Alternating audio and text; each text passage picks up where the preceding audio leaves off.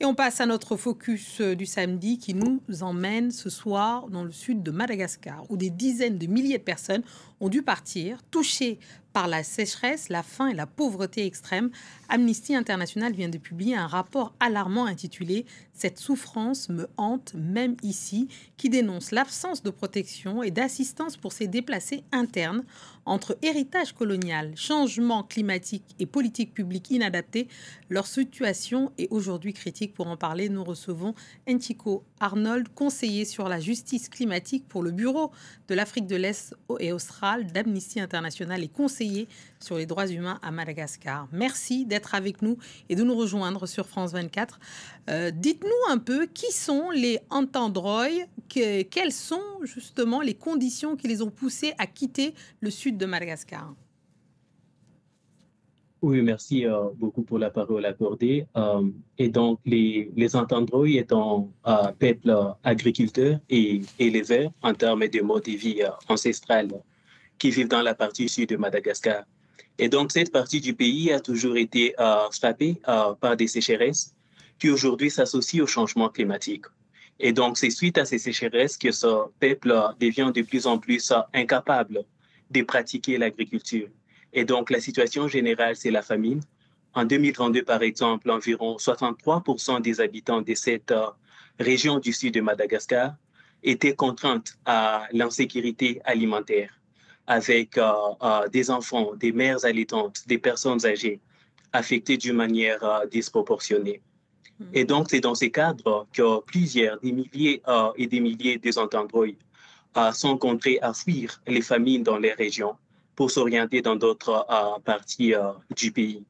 Seulement, les personnes avec qui nous nous sommes entretenus et qui ont pris la région de Boénie, à quelques 1500 kilomètres dans le nord de Madagascar, n'ont pas eu accès à l'aide la plus élémentaire en termes de transport, des logements, avec des familles, avec des enfants passant des nuits à la belle étoile.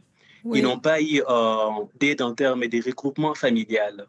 oui. Alors Et en quelque justement, sorte, le gouvernement malgache, oui, merci. parlons justement du gouvernement malgache. Vous dites qu'il y a carrément un abandon par le gouvernement malgache. En quoi les autorités ont-elles failli à leur devoir de protection? Car on nous dit que c'est une question de sécheresse, mais qu'est-ce qui fait que le gouvernement malgache, vous soutenez à Amnesty International qu'ils ont abandonné ces populations? Oui, au fait, parce que le gouvernement malgache, bien que Madagascar ait une responsabilité très limitée en ce qui concerne la crise climatique, Madagascar, comme tous les pays, doivent avoir en place des stratégies au fait au niveau national pour solliciter du soutien des pays historiquement responsables du changement climatique. Seulement, ce que Madagascar a comme stratégie, il n'y a pas de reconnaissance ni de prise en considération des besoins des peuples, des personnes déplacées par la sécheresse. Et donc, en termes de leur logement, en termes de leur transport, de leur installation. Et donc, il n'y a pas de quantification que le gouvernement malgache a pu faire pour dire, par exemple, OK, on est contraint à ces problèmes dus au changement climatique. Comment est-ce que vous pouvez nous aider? On a ces chiffres, on a ces besoins. Madagascar n'a pas cela en place. Pour vous, à Amnesty International, quelles sont les recommandations concrètes que vous faites pour aider justement ces populations à sortir de cette crise climatique finalement et aussi sécuritaire?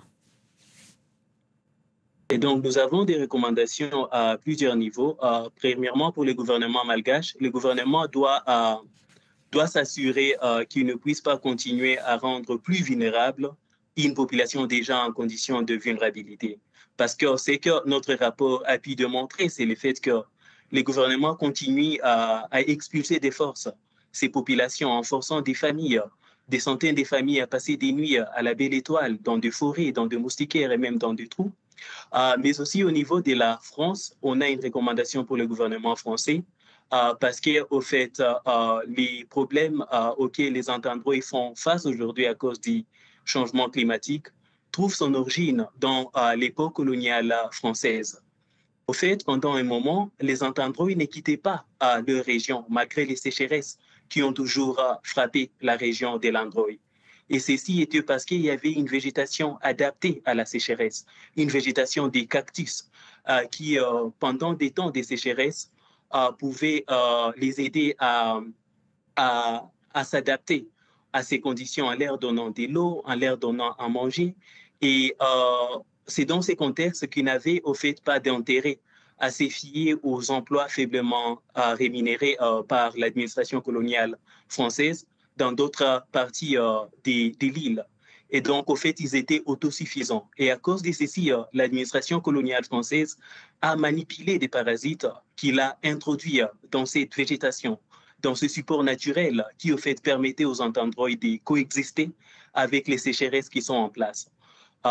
Seulement, les changements climatiques aujourd'hui sont venus pour amplifier ces sécheresses de manière à pérenniser, à rendre les déplacements des entendroïdes un peu plus plus longue oui. qu'il n'était dans le passé, oui. Merci, merci Nchiko, justement Arnold, c'était très intéressant. Merci d'être venu. Vous êtes conseiller pour la justice climatique pour le bureau de l'Afrique de l'Est et australe d'Amnesty International sur la question précisément des entendroïdes en Madagascar. Merci, merci beaucoup. C'est la fin de ce journal.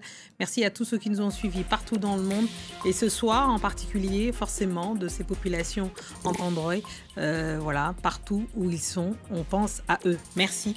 Au revoir, c'est la fin de cette édition. Restez avec nous car l'actualité continue sur France 24.